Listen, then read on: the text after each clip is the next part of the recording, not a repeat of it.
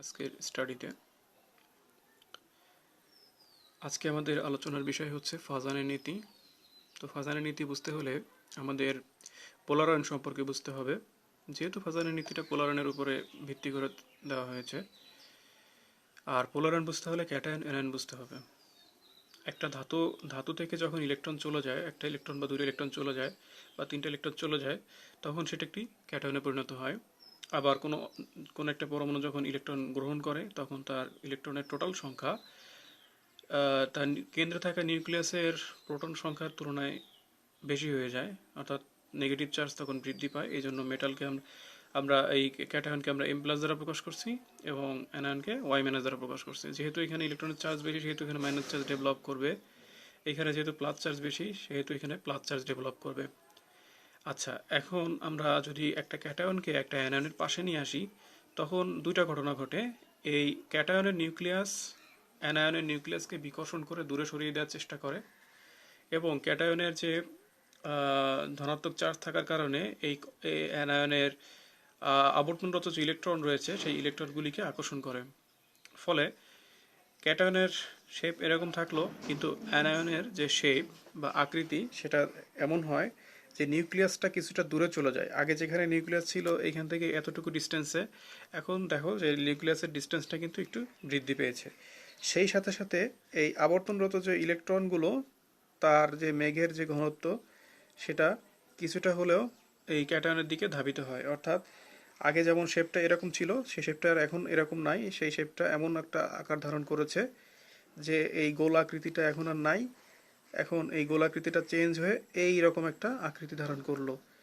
অর্থাৎ এমন একটা আকৃতি ধারণ করলো যেন এই ইলেকট্রনগুলো সব এই নিউক্লিয়াস কর্তৃক আকর্ষিত হয়, ক্যাটায়নের নিউক্লিয়াস কর্তৃক আকর্ষিত হয়। তো এই কারণে দেখা যায় যে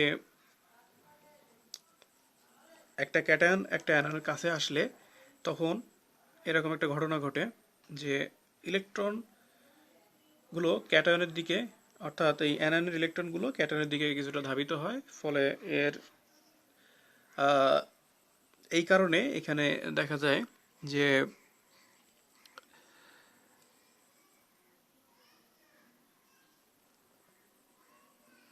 এখানে আমরা এই যে ঘটনাটা ঘটলো, এই যে আমাদের আকৃতি, এই যে বিকৃতিটা ঘটলো আর কি, অ্যানায়নের শেপটা বা এরকম ছিল, এটা এরকম হয়ে গেছে। এই যে এরকম একটা বিকৃতি ঘটেছে, অর্থাৎ এটার চেঞ্জ আসছে। এই চেঞ্জ আসাটাকেই আমরা বলে থাকি পোলারায়ন। এখন যখন একটা অণুতে এরকম দুইটা একটা অণুর ক্ষেত্রে আমরা যদি বিবেচনা করি, তাহলে এরকম একটা অণুতে এই এম এবং ওয়াই এরকম দুইটা একটা অ্যানায়ন একটা ক্যাটায়ন এভাবে যদি পাশাপাশি থেকে একটা অণু গঠন করে, সেই অণুটা এরকমভাবে পোলারিত হতে পারে। এটা শুধুমাত্র যে আমাদের যে কোনো ক্যাটায়ন এবং অ্যানায়নের ক্ষেত্রে হতে পারে।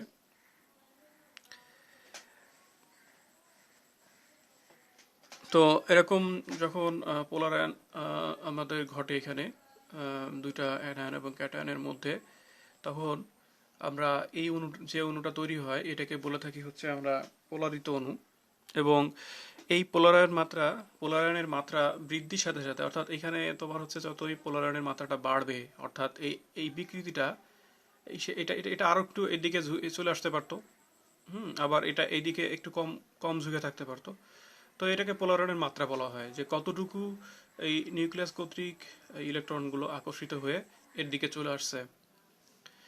তো এখানে মনে রাখতে হবে, আমি বলেছিলাম যে এই এই ক্যাটায়নের নিউক্লিয়াস অ্যানায়নের ইলেকট্রনগুলিকে আকর্ষণ করে, এবং ক্যাটায়নের নিউক্লিয়াস অ্যানায়নের নিউক্লিয়াসকে বিকর্ষণ করে। এই আকর্ষণ এবং বিকর্ষণের যে নিট ফলাফল বা যে লব্ধি বল, সেই লব্ধি বলের কারণেই এই আকৃতির পরিবর্তনটা আসে। এখন এই আকৃতির পরিবর্তন যত বেশি হবে, তত বেশি পোলারাইজড হয়েছে বলে আমরা ধরে নিব। এখন মনে রাখতে হবে যে পোলারায়নের মাত্রা যত বেশি হবে, অর্থাৎ মনে রাখতে হবে এই পোলারায়নের মাত্রা মাত্রা যত বেশি হবে, তত বেশি হবে সমযোজী ধর্ম, দুঃখিত, সমযোজী ধর্ম তত বৃদ্ধি পাবে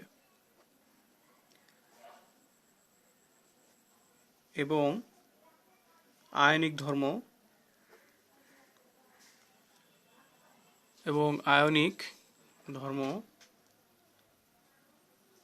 তত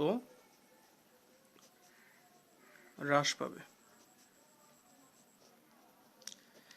তো এইখানে পোলারায়নের যে বিষয়টা, এটা আমাদেরকে খুব ভালো করে বুঝতে হবে।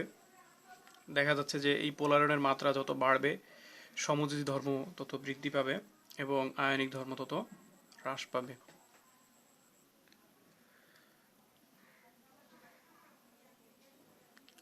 এখন আমরা ফাজানের সূত্রে চলে আসি। ক্যাটায়ন এবং অ্যানায়ন এদের মধ্যে যখন আকর্ষণ বিকর্ষণের এই যে একটা বিষয় থাকে, অর্থাৎ নিউক্লিয়াসের প্রতি বিকর্ষণ, নিউক্লিয়াস এবং এর অ্যানায়নের ইলেকট্রনের প্রতি যে আকর্ষণের যে বিষয়, এই আকর্ষণ বিকর্ষণের কারণে পোলারায়নের যে বিষয়টা, সেই বিষয়টি চারটি মানদণ্ডের উপরে মানে পরিবর্তিত হয় বা চারটি মানদণ্ডের উপর নির্ভরশীল। অর্থাৎ এই পোলারায়নের মাত্রাটা, আমি একটু আগে পোলারায়নের মাত্রার কথা বলেছি, পোলারায়নের মাত্রা চারটি বিষয়ের উপরে নির্ভরশীল। তো এটাই হচ্ছে ফাজানের নিয়ম বা ফাজানের সূত্র। সেই চারটি বিষয় কি কি এখন একটু আমরা বোঝার চেষ্টা করি। 1 নাম্বার বিষয় হচ্ছে ক্যাটায়ন এবং অ্যানায়নের চার্জের পরিমাণ। অর্থাৎ ক্যাটায়ন ও অ্যানায়নের চার্জের পরিমাণ। এখানে এটা বলতে কি বোঝানো হয়েছে? তো ক্যাটায়নের যদি চার্জ বেশি থাকে, এই জায়গায় এই ক্যাটায়নের চার্জ যদি বেশি হয় তাহলে পোলারায়ন বেশি হবে, অ্যানায়নের চার্জ যদি বেশি হয় তাহলেও পোলারায়ন বেশি হবে। অর্থাৎ উভয়ের চার্জ যদি বেশি হয় অথবা যে কোনো একটির চার্জ যদি বেশি হয় তাহলে পোলারায়নের পরিমাণটা বেশি হবে।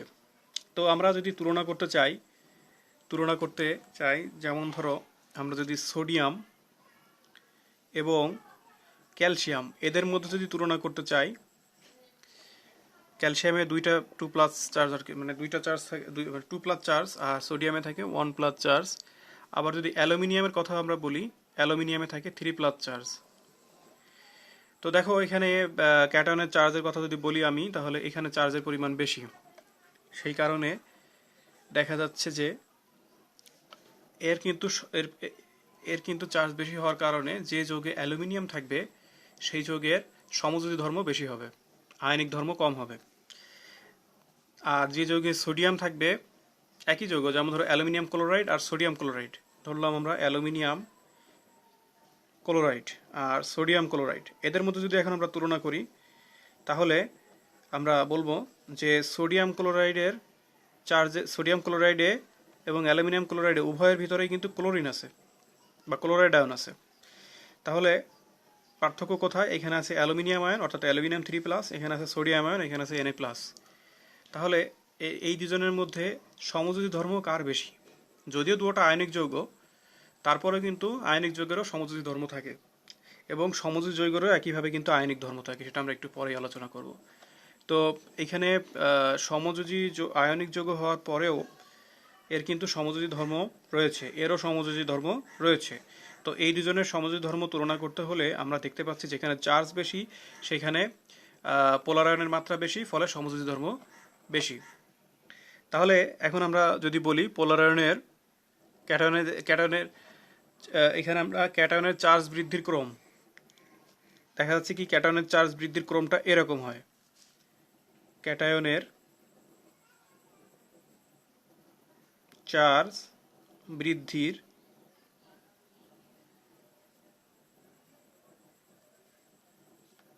ক্রম। তো ক্যাটায়নের চার্জ বৃদ্ধির ক্রমটা কেমন? Sodium less than calcium less than aluminium, অর্থাৎ অ্যালুমিনিয়ামের চার্জ বেশি, সোডিয়ামের চার্জ কম। এই কারণে আমরা বলতে পারি যে যদি আমরা এখানে ক্যালসিয়াম ক্লোরাইড দেই তাহলে দেখা যাচ্ছে যে সমযোজী বৈশিষ্ট্য বৃদ্ধির ক্রমটাও এরকম হবে। সমযোজী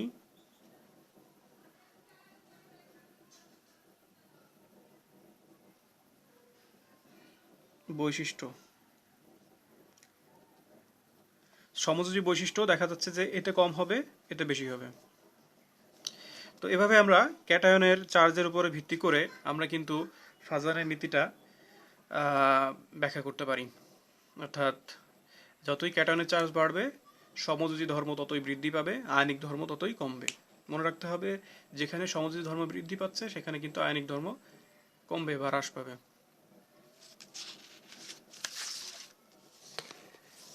এখন আমরা দেখি অ্যানায়নের চার্জের উপরে কি প্রভাব রয়েছে। অ্যানায়নের চার্জ, তো অ্যানায়নের চার্জ হচ্ছে নেগেটিভ হয়, এটা আমরা সবাই জানি যে অ্যানায়নের চার্জ হয় নেগেটিভ। তো এই নেগেটিভ চার্জ যতই বৃদ্ধি পাবে ততই সমযোজী ধর্ম বৃদ্ধি পাবে। তো এখন যদি আমরা তুলনা করি অক্সাইড আয়ন অর্থাৎ O2- আয়ন এবং ফ্লুরাইড আয়ন অর্থাৎ F- আয়ন, এই দুটোর মধ্যে যদি আমরা কম্পেয়ার করি তো দেখতেই পাচ্ছ এখানে একটা মাত্র নেগেটিভ চার্জ এবং এখানে হচ্ছে দুইটা নেগেটিভ চার্জ। তো একটা নেগেটিভ চার্জ থাকার কারণে এখানে চার্জ কম, এখানে চার্জ বেশি। এই কারণে আমরা যদি ফ্লোরিন দ্বারা একটা যৌগ গঠন করি যে CaF2, এই যৌগটা গঠন করি, আবার এরও যদি একটা ক্যালসিয়াম দিই আমি, তাহলে এই জায়গা দেখো CaO ক্যালসিয়াম অক্সাইড। তো ক্যালসিয়াম ফ্লোরাইড হলো CaF2 এবং ক্যালসিয়াম অক্সাইড হলো CaO। এর মধ্যে কিন্তু এর এর চার্জ বেশি হওয়ার কারণে, অর্থাৎ এই অক্সিজেনের চার্জ বেশি হওয়ার কারণে এর কিন্তু সমযোজী ধর্ম বেশি।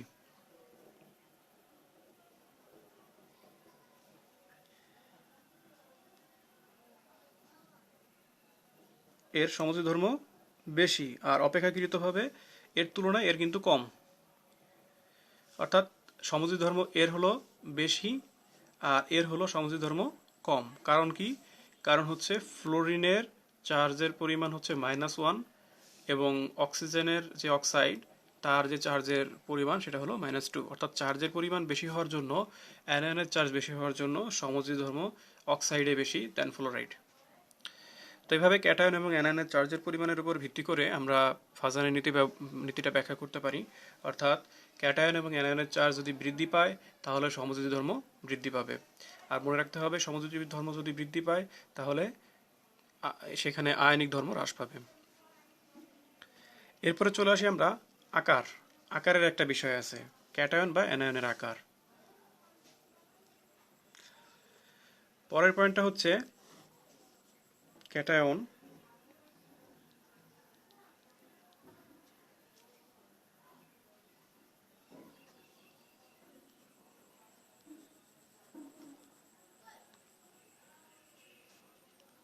এর আকার।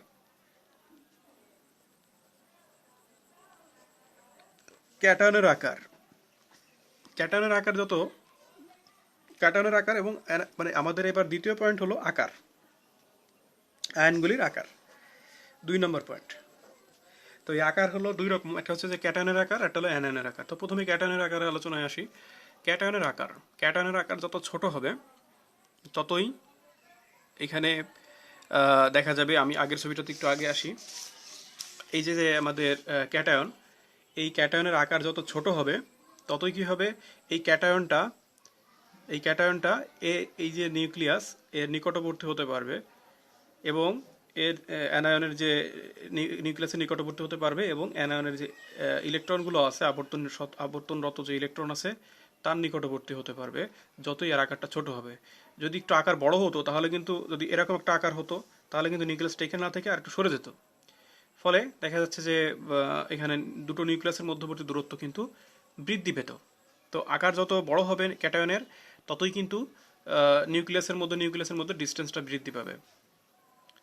তো অর্থাৎ অ্যানায়ন নিউক্লিয়াস এবং ক্যাটায়ন নিউক্লিয়াসের মধ্যে দূরত্ব তখন বৃদ্ধি পাবে। একই সাথে সাথে নিউক্লিয়াস থেকে ইলেকট্রনের দূরত্ব বৃদ্ধি পাবে। আমরা সবাই জানি যে দুটো চার্জের মধ্যে যদি দূরত্ব বৃদ্ধি পায় তাহলে তাদের মধ্যে আকর্ষণ বল বা বিকর্ষণ বল উভয় কিন্তু কমে যায়।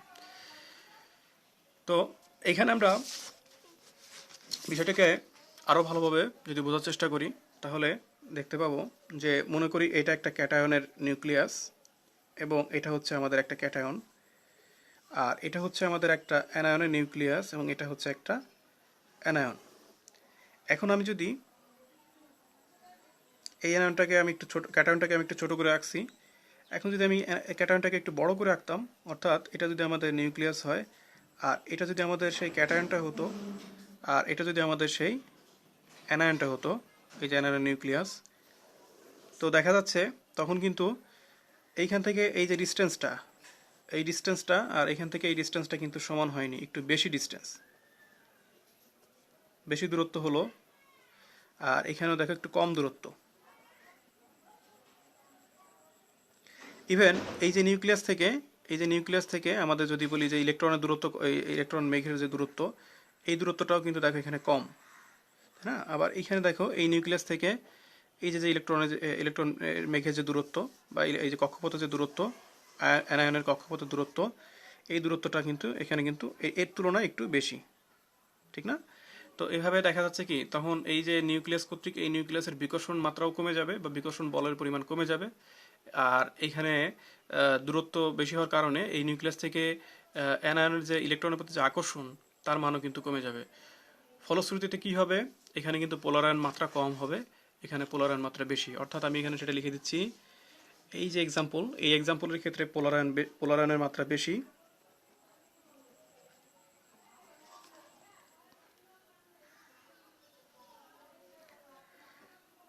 বেশি, আর এখানে পোলারায়ন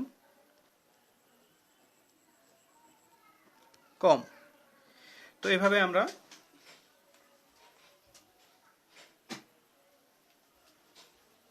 আমরা পোলারায়নের মাত্রা কোন ক্ষেত্রে বেশি কোন ক্ষেত্রে কম, ক্যাটায়নের আকারের ক্ষেত্রে আমরা এটা ব্যাখ্যা করতে পারি।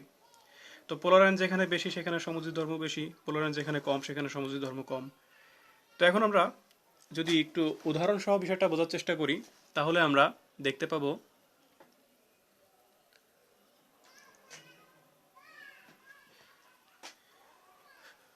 যদি আমরা লিথিয়ামের কথা বলি, যদি ধরে নাও এটা একটা লিথিয়াম, আর এটা হলো পটাশিয়াম। তো এটা যদি লিথিয়াম হয়, এটা যদি পটাশিয়াম হয়, এবং এটাকে আমরা কমন ধরে নিচ্ছি, এটা হচ্ছে আমাদের ক্লোরাইড আয়ন, এটাও ক্লোরাইড আয়ন। তো তাহলে দেখো পটাশিয়ামের আকারটা বড় হওয়ার কারণে এর কিন্তু সমযোজী ধর্ম কম, অর্থাৎ পটাশিয়াম ক্লোরাইড এর কিন্তু পোলারায়ন মাত্রা কম, অর্থাৎ এর মধ্যে আয়নিক ধর্ম বেশি, সমযোজী ধর্ম মানে কম আর কি। আর লিথিয়ামের ক্ষেত্রে লিথিয়াম ক্লোরাইড গঠিত হচ্ছে, এই ক্ষেত্রে আমরা দেখতে পাচ্ছি যে এখানে পোলারায়ন মাত্রা বেশি হচ্ছে, সেই জন্য এখানে সমযোজী ধর্ম বেশি হবে, অর্থাৎ আয়নিক ধর্ম কম হবে। অর্থাৎ তাহলে তোমাদের যদি একটা প্রশ্ন আসে লিথিয়াম ক্লোরাইড এবং পটাশিয়াম ক্লোরাইড এর মধ্যে কার আয়নিক ধর্ম বেশি, তাহলে তুমি বলবে পটাশিয়াম ক্লোরাইডের আয়নিক ধর্ম বেশি। আর যদি বলে কার সমযোজী ধর্ম বেশি, তাহলে বলবে লিথিয়াম ক্লোরাইডের সমযোজী ধর্ম বেশি। তার পেছনে কারণ হলো এই ফাজানের নীতি, অর্থাৎ ক্যাটায়নের আকার এখানে লিথিয়ামের ক্ষেত্রে ছোট, আর এখানে ক্যাটায়নের আকার পটাশিয়ামের ক্ষেত্রে বড়। এই জন্য দেখা যাচ্ছে যে পোলারায়নের মাত্রা বেশি হয় লিথিয়াম ক্লোরাইডের ক্ষেত্রে। এরপর আসি আমরা অ্যানায়নের ক্ষেত্রে। অ্যানায়নের আকার, এটা নিয়ে আমরা এখন আলোচনা করব।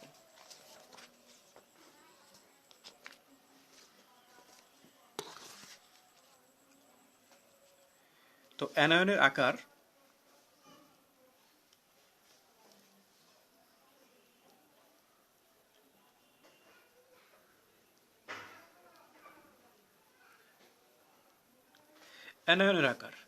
অ্যানায়নের আকারটা কেমন হবে? অ্যানায়নের আকার যদি বড় হয় পোলারায়নের মাত্রা বেশি হবে। ধরে নিচ্ছি এটা হচ্ছে আমাদের লিথিয়াম, আর এখানে আমরা সেই লিথিয়ামটাকে আরও একবার রাখলাম। এখন যদি এটা হচ্ছে একটা অ্যানায়ন আর এটা হচ্ছে আরেকটা অ্যানায়ন, ধরে নিচ্ছি এটা হচ্ছে আমাদের ক্লোরাইড, এটা হচ্ছে ফ্লোরাইড। তো এখানে এটা হচ্ছে আমাদের লিথিয়াম, এটা হচ্ছে ধরলাম লিথিয়াম, এটা হচ্ছে ক্লোরাইড, এটা হচ্ছে ফ্লোরাইড। তো উভয় জায়গায় আমরা দেখতে পাচ্ছি যে ক্যাটায়নের আকারটাকে ফিক্সড রাখছি, যেহেতু আমরা অ্যানায়নের আকার নিয়ে আলোচনা করছি বোঝার সুবিধার্থে। ক্যাটায়ন দুটোকে আমরা লিথিয়াম হিসেবে রাখছি। এইখানে দেখি আমরা দেখতেছি যে অ্যানায়নের আকারটা বড়, সেই জন্য দেখা যাবে যে বড় হওয়ার কারণে এইখানে ইলেকট্রনের যে ঘনত্ব, সেই ঘনত্বটা বেশি হবে।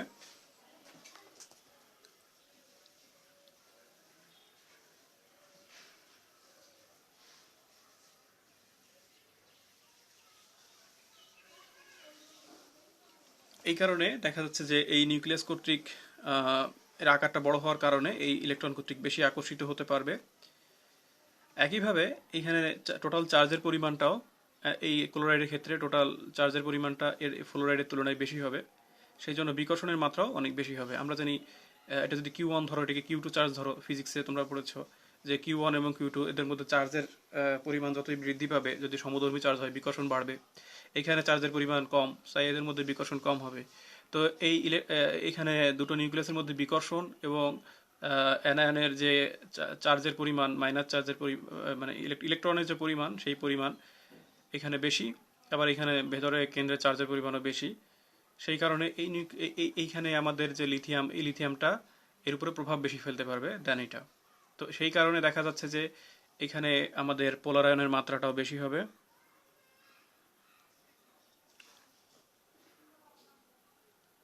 পোলার আয়ন এখানে বেশি, আর এক্ষেত্রে পোলার আয়ন কম।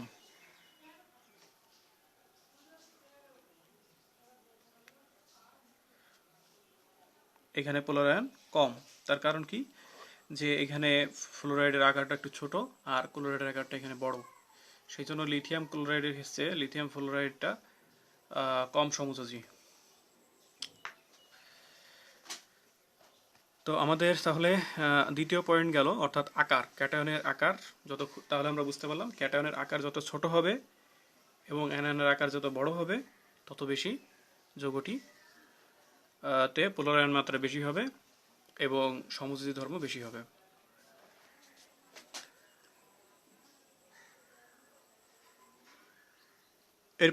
এরপর হচ্ছে আমাদের পরবর্তী যে বিষয়, সেটা হচ্ছে যে ক্যাটায়নের ইলেকট্রন বিন্যাস। অনেক সময় আমরা ক্যাটায়নের যদি ইলেকট্রন বিন্যাস করি, অর্থাৎ এরপর আমরা যে পয়েন্ট নিয়ে আলোচনা করব সেটা হচ্ছে ক্যাটায়নের ইলেকট্রন বিন্যাস।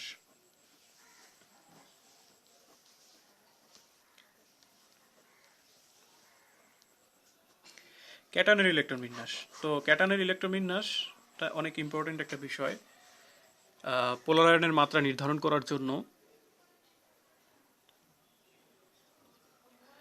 যদি আমরা কোনো একটা ক্যাটায়নের ইলেকট্রন বিন্যাসে দেখি, ইলেকট্রন বিন্যাস করে যদি দেখি যে এখানে আমাদের শেষ কক্ষপথে আমাদের এরকম একটা ইলেকট্রন বিন্যাস আসছে NS2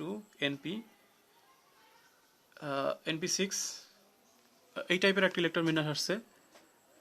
অথবা যদি আমরা দেখি NS2 NP6 আর ND10, মানে এই ধরনের ইলেকট্রন বিন্যাস আসে, অর্থাৎ শেষ কক্ষপথে এখানে আছে 8টি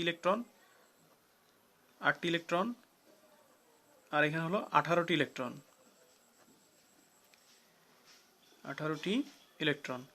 তো এখানে ইলেকট্রন আছে কয়টা? 8টা, 2 আর 6 8, এখানে আছে 8 আর 10 18টা। তো এরকম 8টি ইলেকট্রন যদি হয় আর 18টি ইলেকট্রন যদি হয়, তাহলে যেখানে 18টি ইলেকট্রন থাকবে সেখানে কিন্তু পোলার আয়নের মাত্রা বেশি হবে। এই কারণে আমরা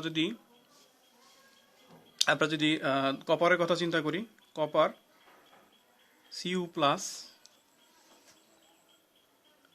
দিয়ে একটা যৌগ চিন্তা করি, আর যদি Na প্লাস দিয়ে একটা যৌগ চিন্তা করি, উভয়ের ক্ষেত্রে আমরা ধরে নিলাম এটা হলো কপার ক্লোরাইড আর এটা হচ্ছে সোডিয়াম ক্লোরাইড। তো কপার ক্লোরাইডের ক্ষেত্রে কপারের ইলেকট্রন বিন্যাস কেমন আছে? এইটা, অর্থাৎ NS2 NP6 ND10 এর মধ্যে পড়ে আর কি, অর্থাৎ সেটা একটা ডি ব্লক মৌলের মধ্যে পড়ে। আর Na প্লাস এই জায়গায় যে ইলেকট্রন বিন্যাসটা আসছে, সেখানে আমরা দেখতে পাচ্ছি যে সোডিয়ামের ইলেকট্রন বিন্যাসে কিন্তু এটাতে পড়ে, অর্থাৎ এটা আমাদের পি ব্লক বা এস ব্লক, সোডিয়াম তো অবশ্যই এস ব্লক মৌল। তো যখন তাদের আয়নের ইলেকট্রন বিন্যাসটা হবে, অর্থাৎ তোমার ক্যাটায়নের ইলেকট্রন বিন্যাসটা হবে, তখন কিন্তু এটা পি পি অরবিটালে তার ইলেকট্রন বিন্যাসটা যায়। অর্থাৎ আমরা দেখতে পাচ্ছি যে Na প্লাসের ইলেকট্রন বিন্যাসটা কিন্তু 1s2 2p 1s2 2s2 2p 6, অর্থাৎ দেখো এখানে ns2 np6 এই আকারে আসছে। অর্থাৎ এখানে আমাদের ইলেকট্রন বিন্যাসটা করা হয়েছে কার? সোডিয়াম প্লাসের, Na প্লাসের। তো এই কারণে দেখা যাচ্ছে কি বলবো যে আমরা যাদের যে সমস্ত আয়নের ইলেকট্রন বিন্যাস অর্থাৎ ক্যাটায়নের ইলেকট্রন বিন্যাসটা যদি এমন হয় যে ns2 np6 এই আকারে আছে, তাহলে বুঝতে হবে যে তার পোলার মাত্রা কম। আর যদি এরকম হয় ইলেকট্রন বিন্যাসটা, তাহলে বুঝতে হবে তার পোলার মাত্রা বেশি। যার পোলার মাত্রা বেশি, অর্থাৎ এক্ষেত্রে তাহলে কি পোলার মাত্রা বেশি হবে, পোলার আয়ন এখানে বেশি, আর এখানে হচ্ছে পোলার আয়নটা এখানে কম। তো তাহলে যদি কোনো ক্যাটায়নের ইলেকট্রন বিন্যাসে যদি দেখি যে 8টি ইলেকট্রন আছে শেষে, তাহলে বুঝতে হবে এর পোলার আয়ন মাত্রা কি কম। আর যদি দেখি যে 18টি আছে, তাহলে বুঝতে হবে এর পোলার আয়ন মাত্রা বেশি। তো এই পোলার আয়ন মাত্রার উপরে নির্ভর করে আমাদের যে সমযোজী ধর্ম, অর্থাৎ আয়নিক যৌগের সমযোজী ধর্ম অথবা সমযোজী যৌগের সমযোজী ধর্ম, মানে আয়নিক যৌগেরই সমযোজী ধর্মের যে ব্যাপারটা, এটা কিন্তু আমরা ব্যাখ্যা করতে পারি।